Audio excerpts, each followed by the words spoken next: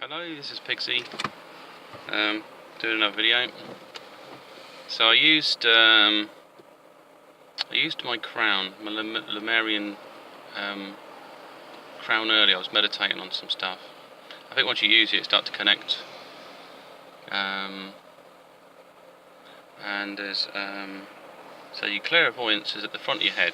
A lot of people focus on the pineal, but there's also a gland at the back of your head as well. And that'd be clairaudio, so hearing stuff. So if you wanted to hear spiritual stuff, then you'd need to meditate on that and do some clearance work on it. So there's a bloke called Jacob and Sophia. They're sort of the two. I think when you enter this kind of, so what I did, right, okay, let's go back. So I put the crown on, meditate. You focus. I see myself in this room, and it's like a chamber, so it's kind of like the visitors centre. So you go in there, and I guess it's like a dimension within the earth. And Jacob and Sophia, so their real names are a bit longer than that, but they don't like them kind of names. It's probably Jacoa and Sophini or something like that. There's got some other different names down there. That sounds more African than anything. And so I went into this chamber, and there was like a crystal for a door, and I was kind of denied it. It's like it could register sort of the life force of someone. So it's like beyond fingerprints, really. It's so the technology, so you can when you connect it, you can get the answers to the stuff. It's like the electromagnetic spectrum, so that's the science of it, because we give out a different like aura frequencies, and they can be kind of hijacked. There's ways around it, but if you're looking for a set biofrequency in someone, you know, they would collect that information on that person, so they couldn't hide all the other frequencies. So if there was a way to break in, they'd still give some security of them going in there.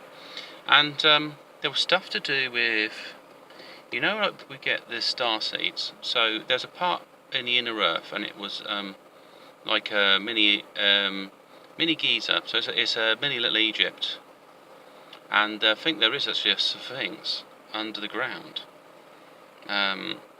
So there's some people that are descendants of the bloodline.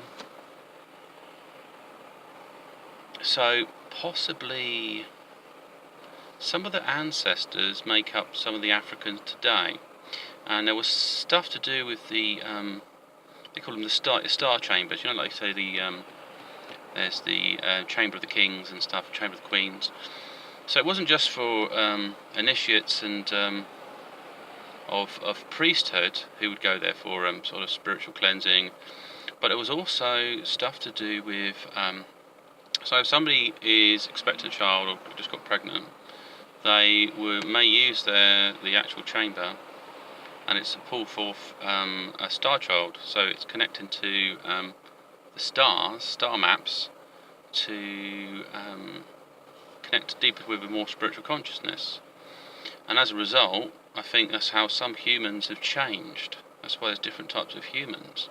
And so it's not just the other way that you mix in a bloodline, but it's also diversion of bloodline.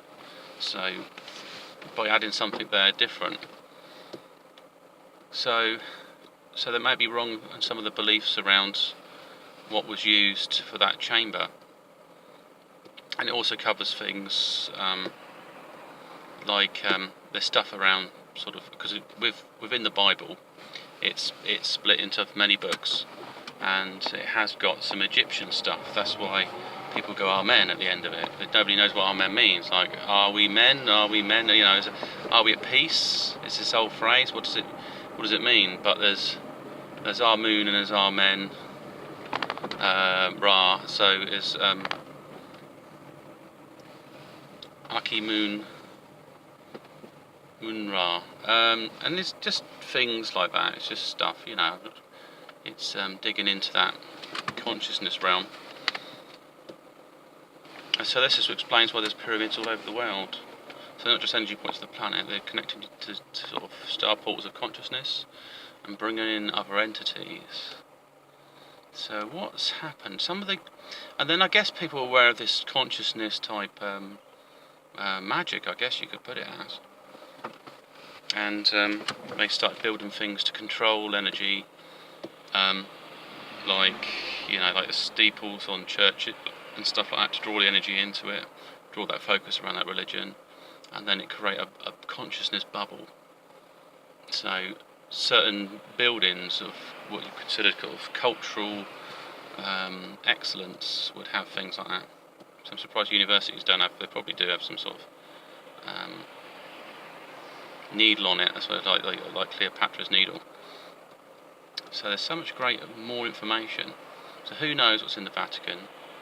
There may be sort of arcane things in there, and the Cleopatra needles drawing energy in from the ether into whatever's down there.